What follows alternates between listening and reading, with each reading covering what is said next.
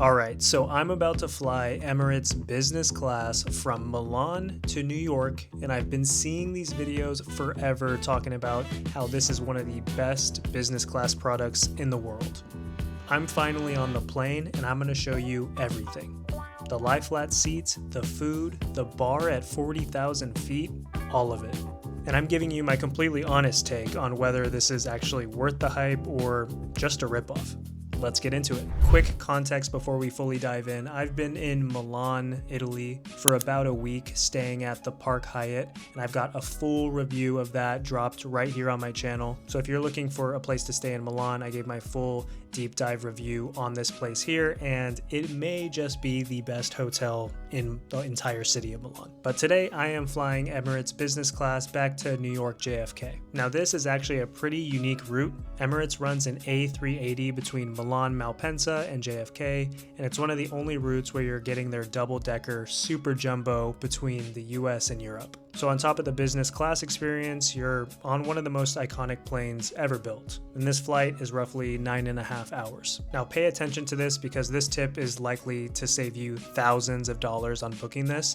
This is how I did it. I transferred Capital One miles over to JAL Mileage Bank, and through JAL, I was able to book this Emirates business class seat for only 60,000 miles one way. 60K. On Emirates Business Class, on an A380. That is one of the best sweet spots in the points and miles game right now, and most people have no idea it exists, or they're just spending way too many points on this flight. So at the end, I'm gonna break down if this is worth spending points and miles on, and then also if it's worth the cash rate, which on average is around $3,000 one way. Let's start from the very beginning, arriving at MXP Milan Airport. Emirates has a dedicated business class counter at the Malpensa Airport, and the difference, you feel it immediately. I walked up, nobody ahead of me, done in maybe 2 minutes tops. Bags tagged, boarding pass in hand, no line at all, no standing around waiting. And if you've ever tried to check in at a busy European airport in economy during summer, you already know exactly why this all matters and how great this is. It's clean, it's fast, zero stress. I'm off to a good start. You get a dedicated fast track lane through security to speed things up, which is great, and now that we're all the way through, it's time to go to the Emirates Lounge. Emirates actually just renovated their lounge here at MXP. They invested something like 2.2 million euros into it, and it shows. This is not a typical generic airport lounge. They are decked out with a proper bar. You got plenty of options for drinks, hot food, comfortable seating, and a pretty cool, spacious design. At this location, all the food is halal, and I really enjoyed most of it. Good sides like fruits and yogurts and juices and things like that to go with the main dishes. Few different type of meat options, so you can definitely get your protein in.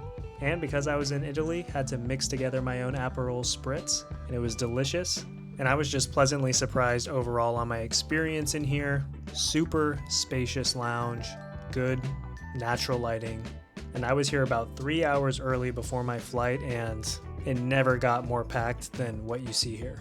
I want to keep this focused mainly on the flight experience, so I'm going to keep this brief, but for a full breakdown and tour of this Emirates lounge, you can go check out the video here on my channel. I hope you enjoy.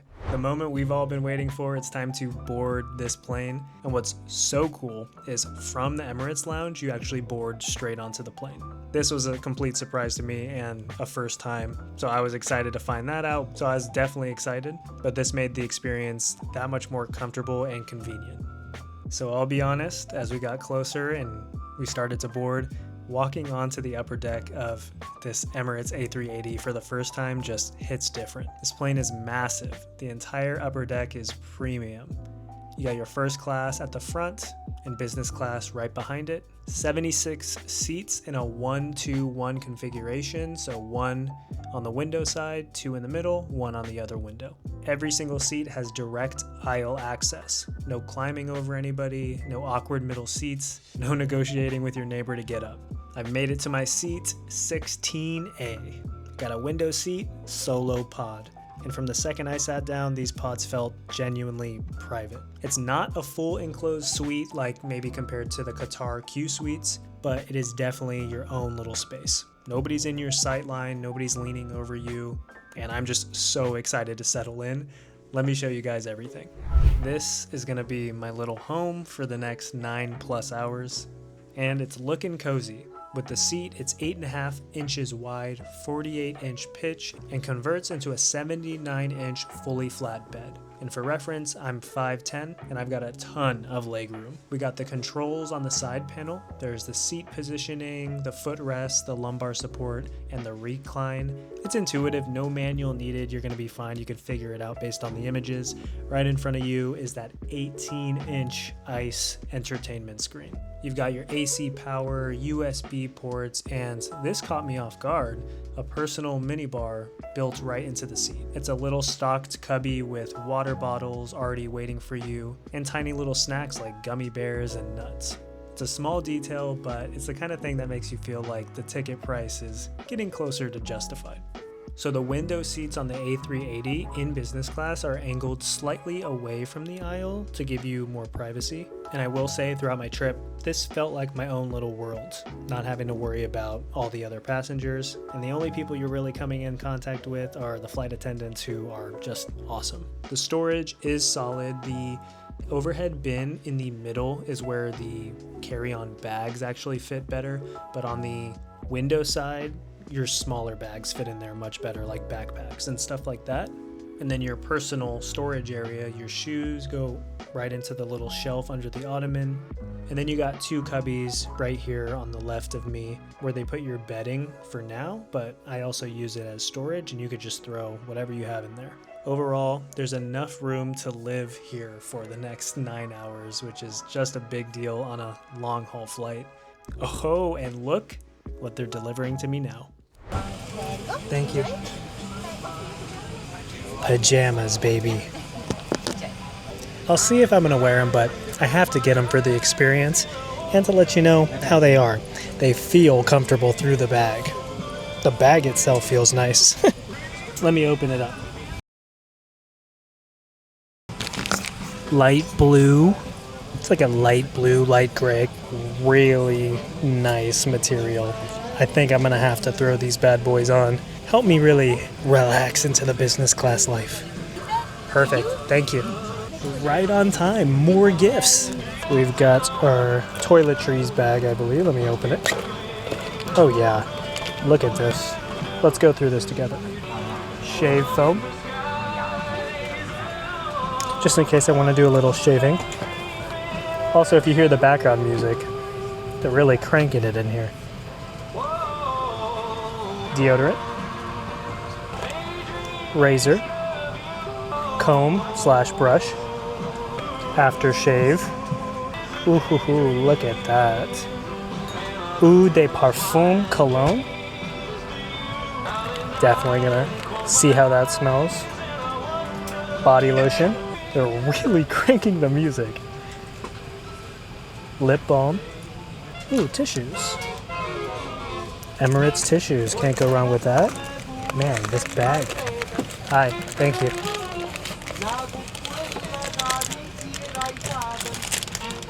Dental kit. Get those teeth nice and pearly white on the flight. Earplugs. I'm gonna put these in right now for this music. All right, and this endless bag finally does come to an end. That's easily the best toiletry bag that I've had on a flight. Even look at the outside. Like I mentioned, the flight attendants are awesome. Their energy and attentiveness is just top notch, really making you feel so relaxed and comfortable. They bring by your warm hand towel to freshen up, and the drinks start flowing. You got juice options that were delicious, by the way. And of course, you're in business class, you gotta get the champagne. About 15 minutes after takeoff, the crew came around to start taking orders, and the first service kicked off. And this is where it gets good. For dinner on this route, the menu was legit. I'm talking restaurant quality entrees and sides and dessert and plenty of different drink options. All this does not feel like airplane food just trying to be fancy. We got proper dishes. Multiple courses, proper plating, real silverware. The whole first service runs about 40 to 60 minutes from start to finish, and here's what I ordered. So for the appetizer, I got the traditional Arabic mezzi platter. My attendant said that this was a popular one that's been on Emirates for a long time, kind of a signature, so I had to try it.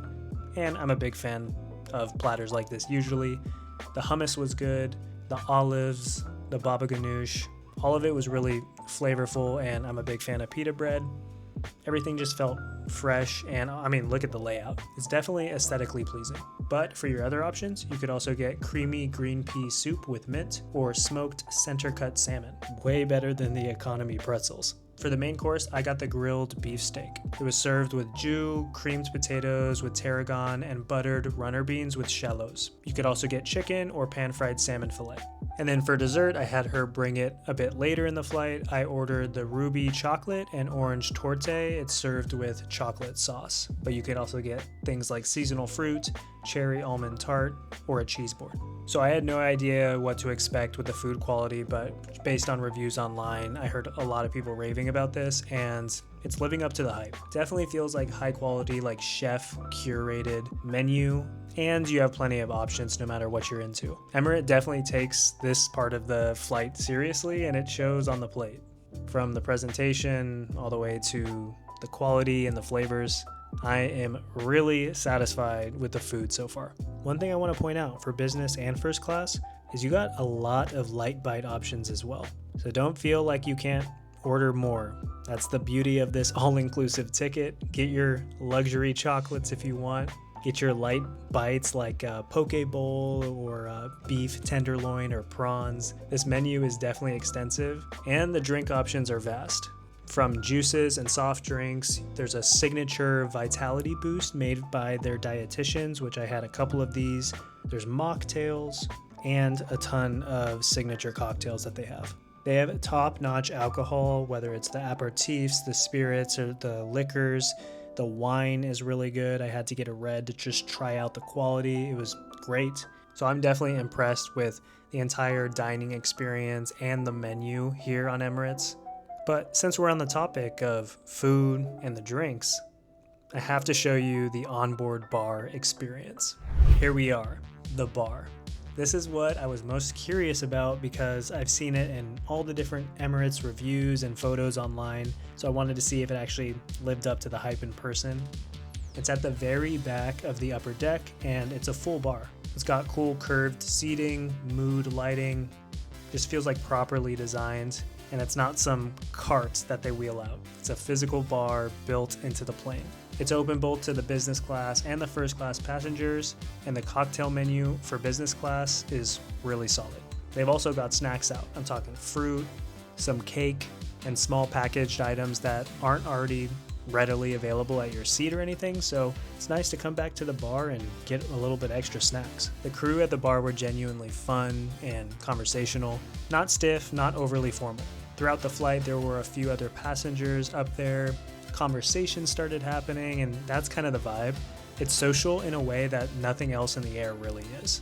People were back here working on their laptops, just chatting, talking to each other about where they're going and how their trips are. It's a really cool vibe back here, so if you fly Emirates business or first class and you don't go to the bar, you're not getting the full experience. Not even just drinking, go get an orange juice for all I care. You have to just check this out, and you're probably gonna see it anyway because it's right next to the bathrooms. All right, so now they're changing my chair into a mattress and laying it all out. That's the coolest thing ever. So when I get back to my chair, it is now going to be a bed. But let's get changed into the pajamas and freshen up with the toiletry kit, and also give you a little tour of the bathroom.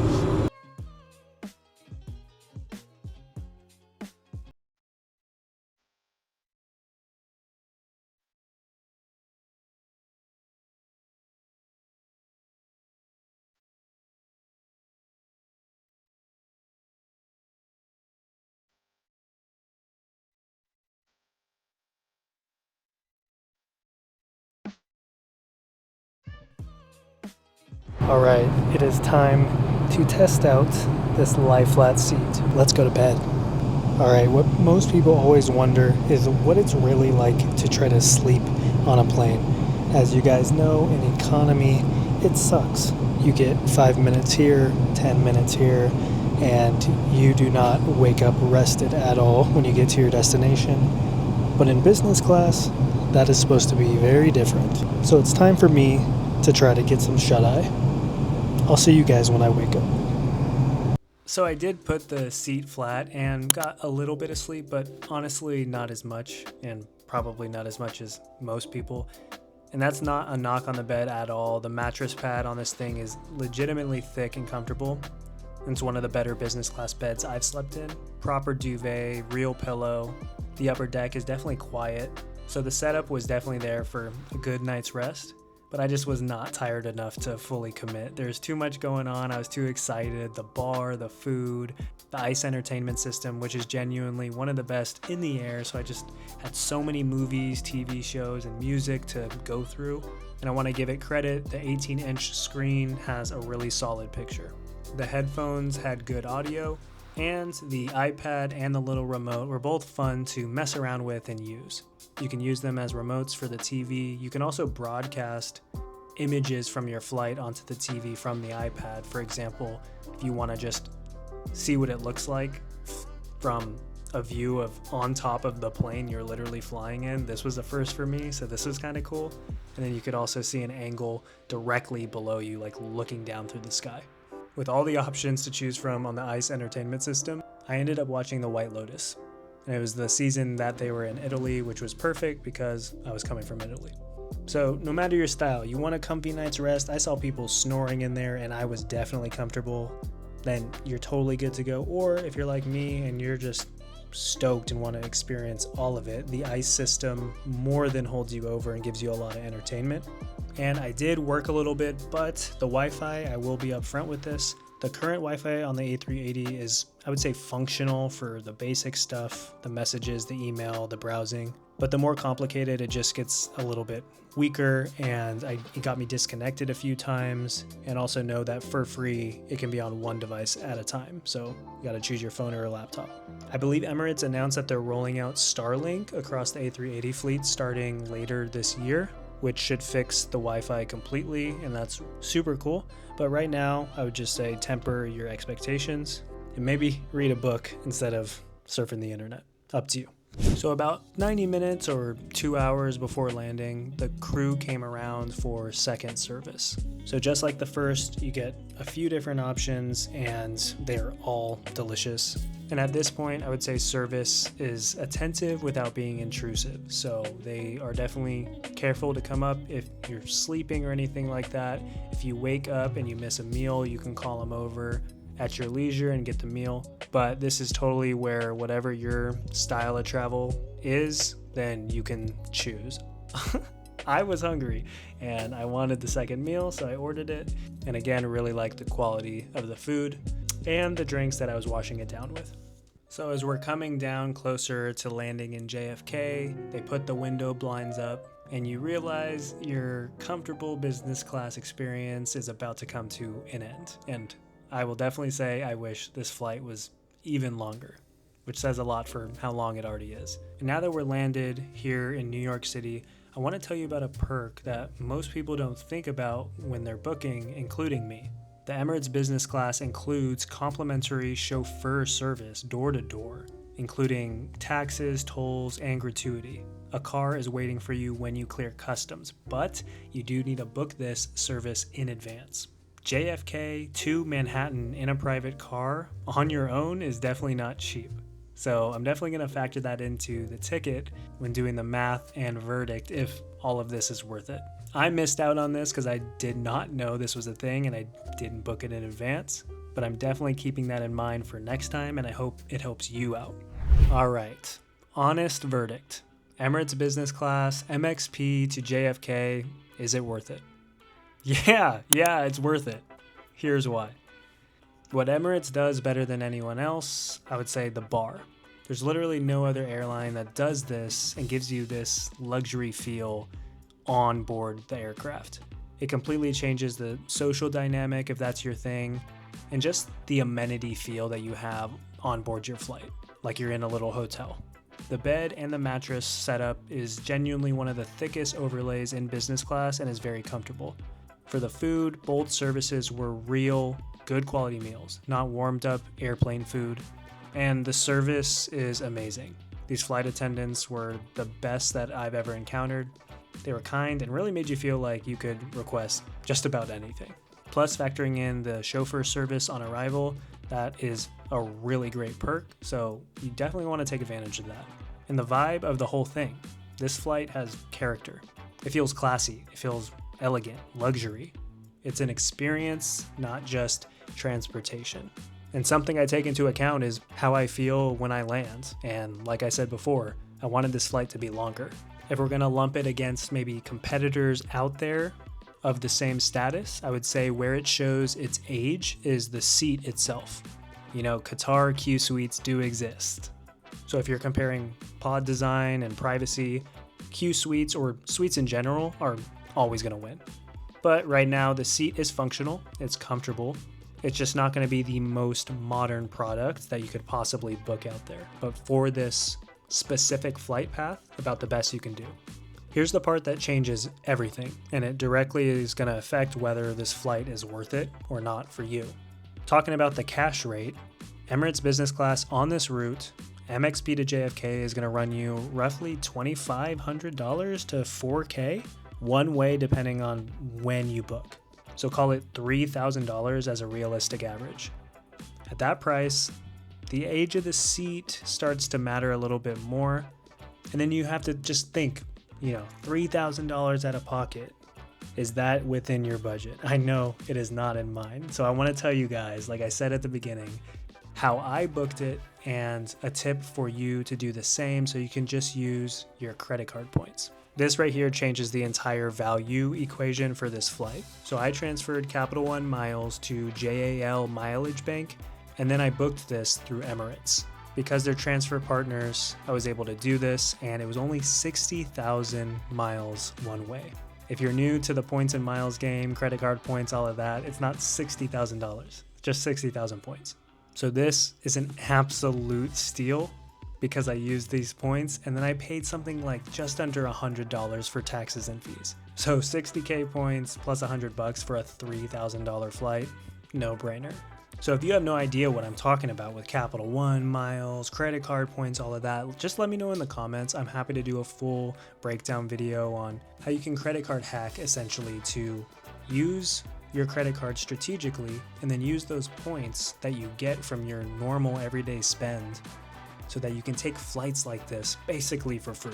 So bottom line, this seat is not going to be the top elite, most modern product that you could ever get in business class, but factoring in the total experience and what your realistic options are to come back from Milan over to JFK, I'd book it again, like tomorrow.